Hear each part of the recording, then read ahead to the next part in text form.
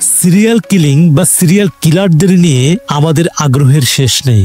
ঠান্ডা মাথায় পরিকল্পনা করে কোনো ব্যক্তিকে খুন করা আমরা গল্প উপন্যাসে হরহামেশাই পড়ি। খুন কোনো মানুষের নেশা হতে পারে, তা কি ভাবতে পারা যায়? সিরিয়াল কিলারদের নিয়ে যুগে যুগে বহু সিনেমা, গল্প, কাহিনীর জন্ম হয়েছে। যেমন এই ছোট্ট মেয়েটাকে মেরে ফেলার জন্য তার পেছনে লেগে আছে এই ভয়ঙ্কর সিরিয়াল কিলার। কিছুদিন আগে এই লোকটা তার আপন বোনকে তার চোখের সামনে মেরে ফেলেছে। নিজেকে বাঁচানোর জন্য এই মেয়েটা আশ্রয় নেয় হাবাগুবা আর বুদ্ধিহীন এই মেয়েটার কাছে। কিন্তু এই হাবাগুবা মেয়েটাই কিভাবে এই ভয়ঙ্কর সিরিয়াল কিলার থেকে প্রতিবার এই ছোট্ট মেয়েটাকে বাঁচিয়ে রাখে, এমন একটা গল্প নিয়ে 2014 সালে তৈরি করা হয় কোরিয়ান সিনেমা মনস্টার। তাহলে চলুন বেশি কথা না বাড়িয়ে শুরু করা যাক আজকের মুভির এক্সপ্লেনেশনটি।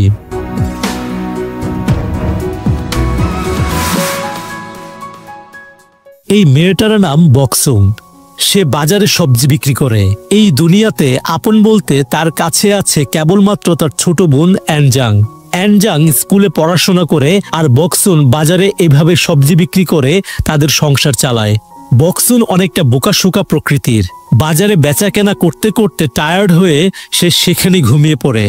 ঘুমের মাঝে স্বপ্নে দেখে তার দাদি তাকে বলছে এই জায়গাটা তার, সে যেন এখানে ব্যবসা করে আর অনেক টাকা পয়সা কামায়। বকসুন যেখানে সবজি বিক্রি করে সেই জায়গাটা আসলে তার না, এটা অন্য আরেকজনের জায়গা। তারা বকসুনকে সেই জায়গা থেকে তুলে দিতে আসলে বকসুন এটা কিছুতেই মানতে চায় না। সে তাদেরকে বলে তার মৃত দাদি স্বপ্নে তাকে বলেছে যে এই জায়গাটা তার, সে অনেক দিন ধরে এখানে ব্যবসা করে, তাই সে কিছুতেই জায়গাটা ছেড়ে দেবে না। তারা বকসুনকে মেরে সেখান থেকে তাড়িয়ে দিতে চায়, কিন্তু বকসুনের বুদ্ধি কম থাকলেও সে তাদের সাথে পাগলের মতো মারামারি করে তাদেরকে সেখান থেকে ভাগিয়ে দেয়। দিন শেষে সে তার একটা ছোট্ট ঠেলাগাড়িতে করে মালামাল গুছিয়ে নিয়ে বাড়িতে ফিরে আসে।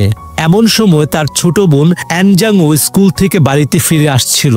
বকসুনের চেহারার এই ময়লা দেখে সে বুঝে ফেলে বকসুন হয়তো আবার জায়গার মালিকদের সাথে মারামারি করেছে। অ্যানজাং তাকে বলে বোঝানোর চেষ্টা করে যে জায়গাটা আসলে তাদের না, সে যেন এই জায়গাটা ছেড়ে দেয়। কিন্তু বকসুন বারবার বলে তার দাদি স্বপ্নে এসে বলেছে এই জায়গাটা অবশ্যই তার, সে অনেক আগে থেকেই এখানে ব্যবসা করে আসছে, তাই সে কিছুতেই জায়গাটা ছাড়তে পারবে না। এই নিয়ে দুই বোন কিছুটা রাগ করে। একটু পরেই তাদের রাগ ভেঙে যায়। বকসুন অ্যানজাংকে তার ঠেলাগাড়িতে বসিয়ে গান গাইতে গাইতে মনের খুশিতে বাড়িতে চলে যায়। এখন আসি সেই গল্পের আরেকটা দৃশ্যে। এই লোকটার নাম ইকসাং। তার চাকরি চলে যাওয়ায় সে খুবই অর্থনৈতিক সমস্যার মধ্যে আছে। এখন সে তারই দূর সম্পর্কের এক চাচার কাছে এসেছে তাকে কোনো কাজ দেওয়ার জন্য। চাচা জানায় তার কাছে দেওয়ার মতো পার্মানেন্ট কোনো কাজ নেই, তবে সে একটা সমস্যার মধ্যে আছে, সেটা সমাধান করার জন্য সে তাকে একটা কাজ দিতে পারে। তার কারখানাতে একটা মেয়ে শ্রমিক আছে, সে সব সময় শ্রমিকদের অধিকার নিয়ে নানা রকম আন্দোলন করে। তাকে একবার সে আলোচনা করার জন্য তার রুমে ডেকেছিল, কিন্তু তার সাথে বনিমনা না হলে এক পর্যায়ে সে রেগে গিয়ে তাকে শারীরিকভাবে আঘাত করে। কিন্তু মেয়েটাও সবকিছু মোবাইলে ভিডিও করে রেখেছিল। এখন সে ভিডিও দেখিয়ে তাকে ব্ল্যাকমেল করছে। তারপর চাচা তাকে 3 লাখ টাকা দেয় আর বলে মেয়েটাকে টাকাটা দিয়ে তার কাছ থেকে ভিডিওটা নিয়ে আসতে। 3 লাখ টাকার কথা শুনেই ইকসাং অবাক হয়ে যায়। সামান্য একটা চরের ভিডিও দিয়ে 3 লাখ টাকা চাওয়া কিছুতেই যৌক্তিক হতে পারে না। কিন্তু সে আর কোনো কথা না বলে টাকার ব্যাগটা নিয়ে রুম থেকে বের হতেই যাচ্ছিল, তখনই চাচা তার ছোট ভাই তাইসুর কথা জিজ্ঞেস করে। ইকসাং বলে তাইসুর সাথে তার 5 বছর ধরে কোনো যোগাযোগ হয় না, এ বলে সে বের হয়ে যায়। বের হতে হতেই ইকসাং এর চোখে ভেসে ওঠে তার ছোটবেলার কথা। ইকসাং এবং তাইসুর বাবা ছিল একজন মাতাল আর খারাপ প্রকৃতির মানুষ, যে প্রায় মদ খেয়ে ইকসাংকে মারত। এমনই একদিন ইকসাংকে মারার পর সে একা একা বসে কাঁদছিল। তখনই সেখানে তাইসু এসে বলে আমাদের বাবাটা খুবই খারাপ, তুমি কি চাও আমি তাকে মেরে ফেলি? ইকসাং বলে তুই অনেক ছোট মানুষ, তুই কিছুতেই তাকে মারতে পারবি না। কিন্তু কয়েক ঘন্টা পরে দেখা যায় তাইসু তার বাবাকে বিষ খাইয়ে মেরে ফেলেছে। ছোটবেলা থেকে তাইসু ছিল সাইকো প্রকৃতির। এই কারণেই বড় হওয়ার পর ইকসাং এবং তার মা তাইসুকে তাদের সাথে রাখে না। তাইসু থাকে এক পাহাড়ের কাছে এই বাড়িটাতে, যেখানে সে বিভিন্ন মাটির পাত্র বানায় আর সেগুলো বিক্রি করেই সে চলে। যাই হোক, ইকসাং তার চাচার কাছ থেকে টাকাগুলো নিয়ে সে মেয়েটার কাছে না গিয়ে চলে যায় একটা গুন্ডা গ্যাংয়ের কাছে। সেখানে গিয়ে তাদের টাকাগুলো দিয়ে নিজের ঋণ পরিশোধ করে ফেলে। তারপর সে তাইসুকে ফোন করে তার সাথে দেখা করতে বলে। তাইসু তার ভাইয়ের কথা মতো গিয়ে তার সঙ্গে দেখা করে। তারা একসাথে একটা হোটেলে বসে। ইকসাং জানায় একটা মেয়ে তার কাজে খুবই বাধা দিচ্ছে, মোবাইলে উল্টাপাল্টা ছবি তুলে তাকে ব্ল্যাকমেইল করছে। ইকসাং তাকে রিকোয়েস্ট করে সেই মেয়ের কাছ থেকে তার মোবাইলটা এনে দিতে। তাইসু এদিকে যতই খারাপ মানুষ হোক, সে তার ভাই আর মাকে খুবই ভালোবাসতো, তাই সে জানায় সে এই কাজটা করে দেবে। তারা যখন কথা বলছিল তখন পাশে বসেই একটা কাপল বসে খুব জোরে জোরে গল্প করছিল। ইকসাং এতে বিরক্ত হয়ে বলে, কেন যে এরা এত জোরে জোরে কথা বলে? তাইসু তাকে বলে, তুমি কি চাও আমি তাদেরকে মেরে ফেলি? তাইসুর মুখে এই কথা শুনে ইকসাং খুব ভয় পেয়ে যায়, কারণ সে জানে সে সত্যি সত্যি সেই লোকটাকে মেরে ফেলতে পারে। তাদের এই কথা শুনতে পেরে একটু পর ওই লোকটাই তাদের কাছে আসে। তাইসু শুধুমাত্র একটা চপস্টিক ব্যবহার করে কয়েক সেকেন্ডের মধ্যেই সেখানেই লোকটাকে মেরে ফেলে। তারপর তাইসু ইকসাংকে কিছু টাকা তার মাকে দেওয়ার জন্য দিয়ে বাইরে চলে যায়। এই ছোট্ট মেয়েটার নাম নারী। সে তার বড় বোন ইউনহির সাথে ভাড়া বাড়িতে থাকে। এটাই সে মেয়েটা যার কথা ইকসাংয়ের চাচা ইকসাংকে বলেছিল। নারী আর তার বোন অনেকদিন হলো বাসার ভাড়া দিতে পারেনি, তাই ভাড়া নেওয়ার জন্য মালিক এসেছে। নারী এসে দরজা খুলে বলে তার বোন বাসায় নেই, সে ফিরলে ভাড়া দিয়ে দেবে। কিন্তু আসলে তার বোন বাসার ভেতরেই আছে। বাড়িওয়ালার হাত থেকে বাঁচার জন্য সে তাকে মিথ্যা কথা বলেছে। বাড়িওয়ালা বলে এই মাসের ভাড়া দিতে না পারলে সে তাদেরকে বাড়ি থেকে বের করে দেবে। বাড়ির ভেতরে এসে তার বোনকে সে এই কথাটা জানায়। তার বোন বলে সে খুব দ্রুতই অনেকগুলো টাকা পেয়ে যাবে, তখন সে পুরো বাড়িটাই কিনে নিতে পারবে। তখনই দরজায় আরেকবার কেউ নক করে। এবার ইউনহি নিজেই দরজা খুলে দেখা যায় তাইসু এসেছে। তাইসু তাকে সরাসরি বলে, আমি ফোনটা নিতে এসেছি, সোজাসুজি ফোনটা দিয়ে দাও। কিন্তু ইউনহি বলে টাকা ছাড়া সে কিছুতেই ফোনটা দেবে না। এই বলে সে দরজা লাগিয়ে দিতে চায়। তাইসু তখন বলে, যদি তুমি দরজা লাগিয়ে দাও তাহলে তুমি মারা যাবে। কিন্তু তাইসুর কথায় কোনো পাত্তা না দিয়ে সে জোর করে দরজাটা লাগিয়ে দেয়। একটু পর তাইসু বাড়ির দেয়াল টপকে ভেতরে ঢুকে যায়। নারী তখন রান্নাঘরে থালা বাসন পরিষ্কার করছিল। হঠাৎ সে তার বোনের চিৎকার শুনতে পায়। সে ভয়ে ভয়ে রান্নাঘরের দরজা খুলে দেখতে পায় তাইসু তার সামনে দাঁড়িয়ে আছে, আর পাশেই তার বোনের লাশ পড়ে আছে। তাইসু নারী আর বোনের লাশটাকে গাড়িতে করে তার বাসায় নিয়ে আসতে থাকে। কিন্তু আস্তে আস্তে অলরেডি সে এটা বুঝে গিয়েছে যে এটা ইকসাং এর নিজের কাজ না, ইকসাং অন্য কারো কাজ তাকে দিয়ে ফ্রিতে করিয়ে নিচ্ছে। তাই সে তাকে ফোন দিয়ে এ ব্যাপারে জিজ্ঞাসা করে। ইকসাং তার কাছে সবকিছু স্বীকার করে। সে বলে তার অর্থনৈতিক অবস্থা খুবই খারাপ, যে তার ছেলের পড়াশোনার খরচ দিতে পারে না, তাই সে বাধ্য হয়েই এটা করেছে। তাইসু তার কোনো কথা না শুনেই ফোনটা কেটে দেয়। বাসায় এসে সে মদ খেতে খেতে নারীকে বলে, আমি তোমাকে একটা পালানোর সুযোগ দিচ্ছি। আমার মদের বোতল শেষ হতে হতে তুমি এখান থেকে পালিয়ে যাও। যদি কখনো আমার হাতে ধরা পড়ো আমি তোমাকে মেরে ফেলবো।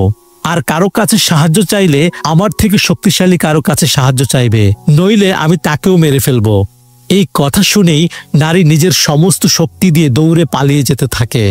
জঙ্গলের ভেতর দিয়ে দৌড়াতে দৌড়াতে একসময় সে বক্সুনদের বাসার সামনে চলে আসে। বক্সুন ও এনজাং তখন নিজেদের মধ্যে খাওয়া দাওয়া নিয়ে খুনসুটি করছিল। নারীকে পাশে দাঁড়িয়ে কাঁদতে দেখে তারা তাকে নিজেদের ঘরে নিয়ে খাবার খেতে দেয়, কিন্তু নারী কিছু না বলে একটানা কেঁদেই যাচ্ছিল।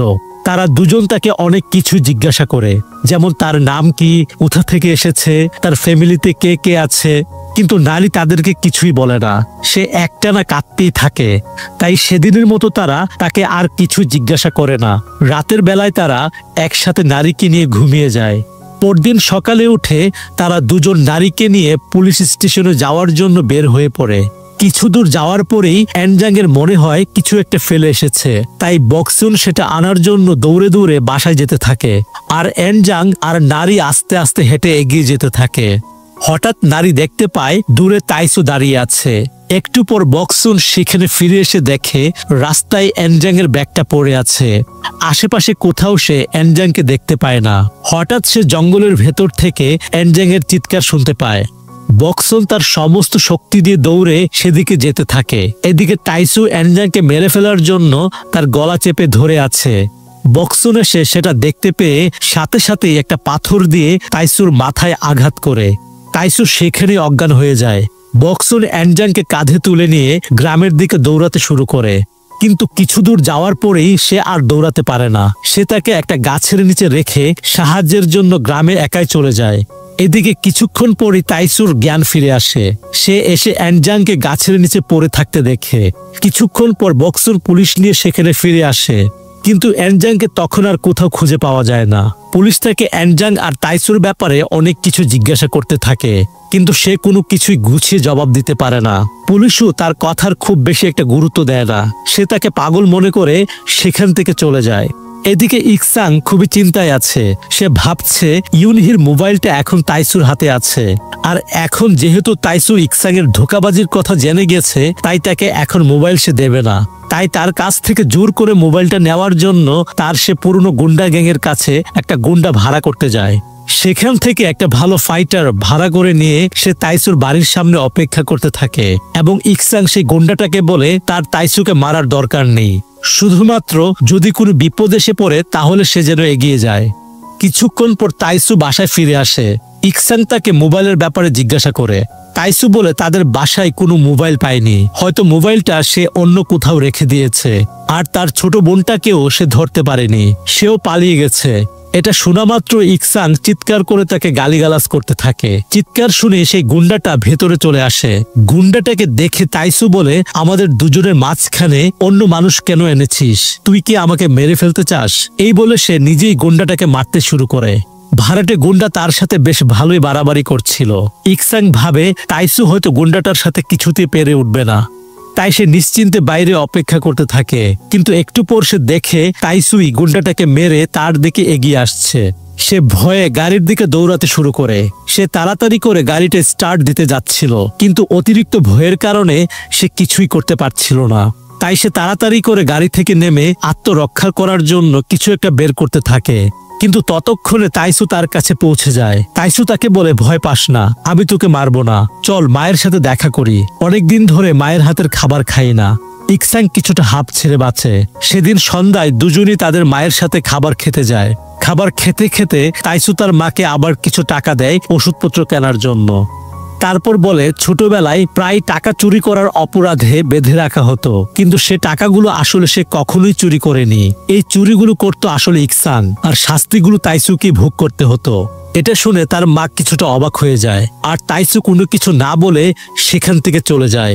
এদিকে পরদিন বক্সুন গ্রামের একটা মহিলা কবিরাজের কাছে যায় এনজাং এখন কোথায় আছে সেটা জানার জন্য।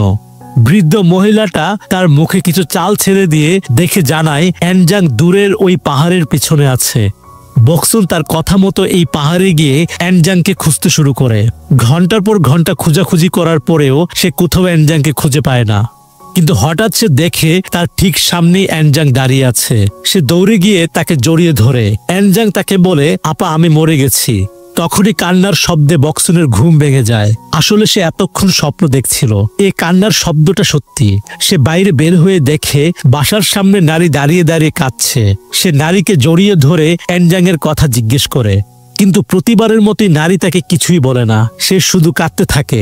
বক্সুন মনে করে হয়তো তাইসু নারীর বাবা, তাই নারীকে ধরে মারতে থাকে। তখন নারী বলে তাইসু তার কিছুই হয় না, তাইসু তার চোখের সামনে তার আপন বোনকেও মেরেছে। সে আসলে তার হাত থেকে বাঁচার জন্য তাদের বাড়িতে আশ্রয় নিয়েছিল। এই বলে সে তার কাছে বারবার ক্ষমা চাইতে থাকে।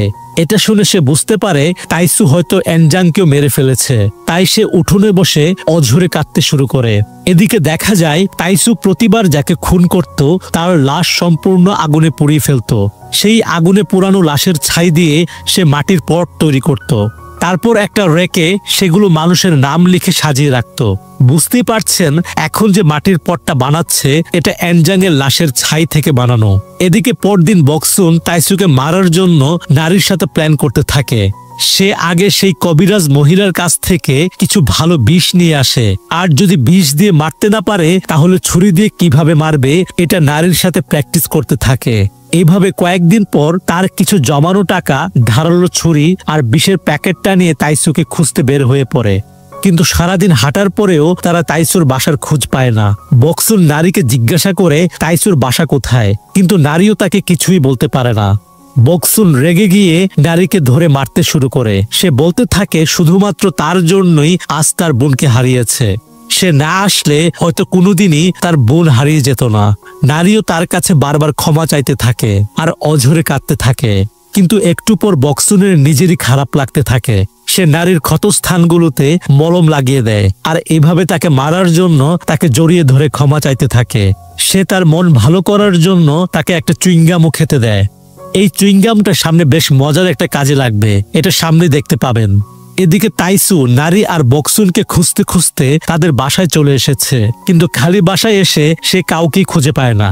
কিন্তু বকসুন আর নারী হাঁটতে হাঁটতে একসময় তাইসুর বাসার সামনে পৌঁছে যায়। বাসাটা দেখেই নারী বকসুনকে বলে ওঠে এটাই ছিল তাইসুর বাসা। বকসুন কিছু চিন্তা না করেই সে বাসার দিকে দৌড়াতে শুরু করে। জানালা খোলা দেখে জানালা দিয়ে সে ভেতরে ঢুকে পড়ে। তারপর ঘুরে ঘুরে সে চারপাশটা দেখতে থাকে। আর এদিকে নারী বকসুনের বাইরে ফিরে আসার অপেক্ষা করছিল। বকসুন হাঁটতে হাঁটতে তাইসুর মাটির পটগুলির কাছে পৌঁছে যায়। সেখানে গিয়ে সে দেখে একটা রেকে এনজাং এর নাম লেখা আছে আর কাছে একটা কাঁচা মাটির পট শুকাতে দেওয়া আছে। এদিকে তাইসু তখন তার বাড়িতে ফিরে আসছে।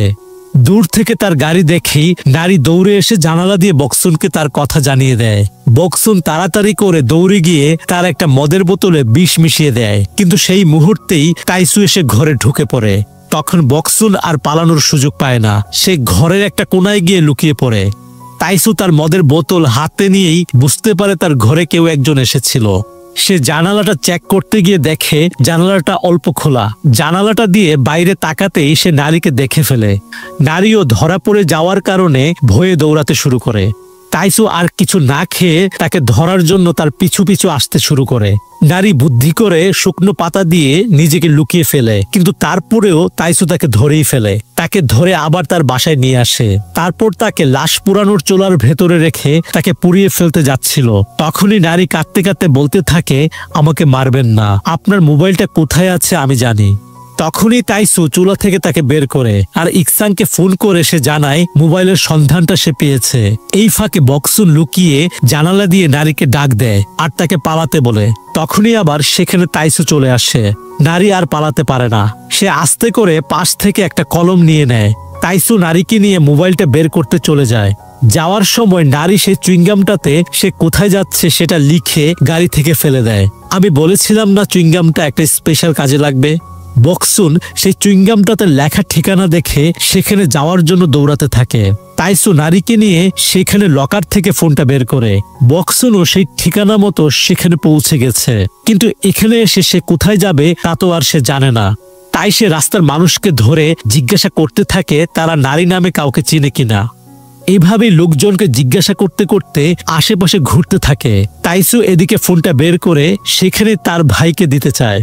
সে তার ভাইকে ফোনটা দিতেই তার ভাই সাথে সাথে সেখান থেকে চলে যেতে চায়, কিন্তু তাইসু বলে একসাথে আবার মায়ের সাথে বসে কিছু খাবার খেতে।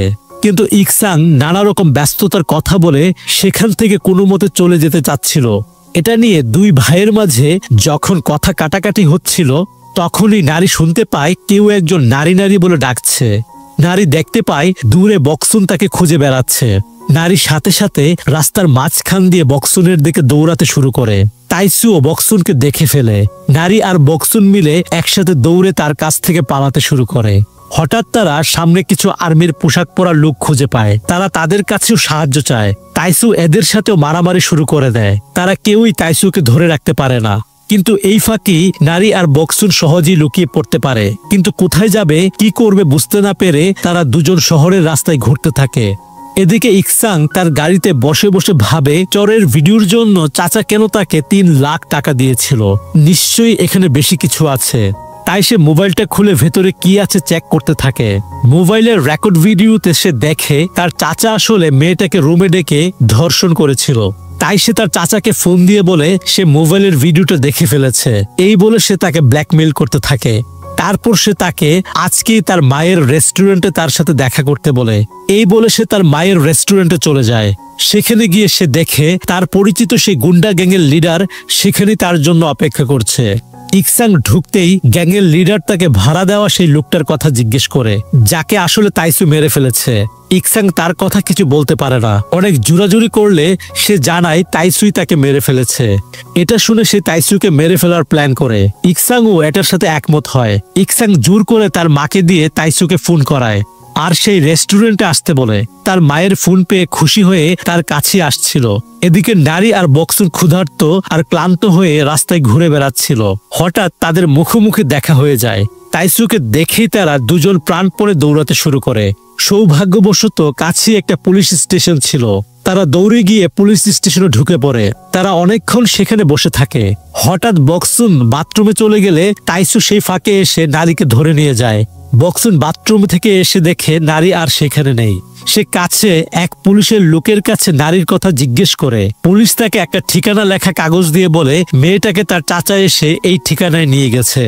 বক্সুন সাথে সাথে পুলিশ স্টেশন থেকে বের হয়। ঠিকানা মতো যাওয়ার জন্য সে গাড়ি খুঁজতে থাকে। তার কাছে গাড়ির ভাড়া দেওয়ার মতো একটা টাকাও ছিল না। তারপরও সে একটা ট্যাক্সিতে উঠে পড়ে। কিন্তু কিছু দূর যাওয়ার পরেই ট্যাক্সি ড্রাইভার বুঝতে পারে বক্সুনের কাছে কোনো টাকাই নেই। তাই সে জোর করে তাকে গাড়ি থেকে নামিয়ে দিতে চায়। কিন্তু বক্সুন তার হাতে পায়ে ধরে তাকে ঠিকানায় পৌঁছে দেওয়ার জন্য কান্না করতে থাকে। ড্রাইভার তাকে ছাড়িয়ে দেওয়ার জন্য অনেক চেষ্টা করে, কিন্তু বক্সুন কিছুতেই তাকে ছেড়ে দেয় না। এক পর্যায়ে ড্রাইভারের তার প্রতি দয়া হয়। তাকে নিয়ে আবার গাড়ি চালাতে শুরু করে। এদিকে তাইসু নারীকে গাড়িতে আটকে রেখে রেস্টুরেন্টে তার মায়ের সাথে দেখা করতে আসে। গুন্ডা গ্যাংয়ের লোকেরা সব পাশেই বসেছিল। তারা সবাই ইকসাং এর ইশারার অপেক্ষা করছিল। ইকসাং এবং তার মা আর তাইসু একসাথে বসে খেতে শুরু করে। খেতে খেতে তাইসুর মা তাইসুকে বলে তাইসু তার নিজের সন্তান না, তারা তাকে দত্তক নিয়েছিল। এসব শুনতে তাইসু সে তার মাকে জিজ্ঞেস করে, মা, পাশের লোকগুলো এত চুপচাপ কেন? তোমরা কি আমাকে মারার প্ল্যান করেছো?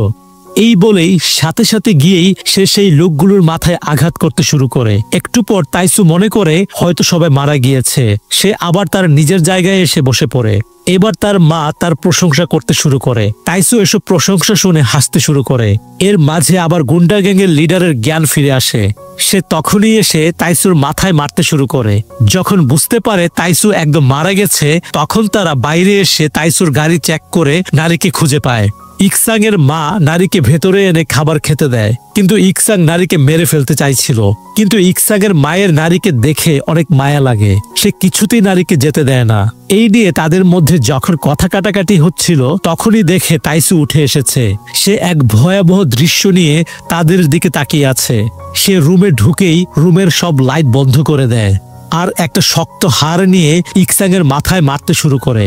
ইকসাংকে মারার পর তার নিজের মাকেও সে মারতে শুরু করে। এক ভয়াবহ চেহারা নিয়ে পাগলের মতো সে দুজনকে মেরে শেষ করে ফেলে। তারপর এসে সে নারীর গলা চেপে ধরে নারীকে সে তার বোনের মতো গলা টিপে মারতে চায়। সৌভাগ্যবশত তখনই সেখানে বক্সুন চলে আসে। বক্সুন এসেই তার প্র্যাকটিস মতো তাইসুর পেটে ছুরি ঢুকিয়ে দেয়, কিন্তু তারপরও তাইসুর তেমন কিছুই হয় না। সে ছুরি বের করে আবার উঠে আসে। বক্সুন এদিকে নারীকে তুলে নিয়ে তাকে কথা বলার জন্য চিৎকার করছে, কিন্তু নারী সম্পূর্ণ অচেতন হয়ে পড়ে আছে।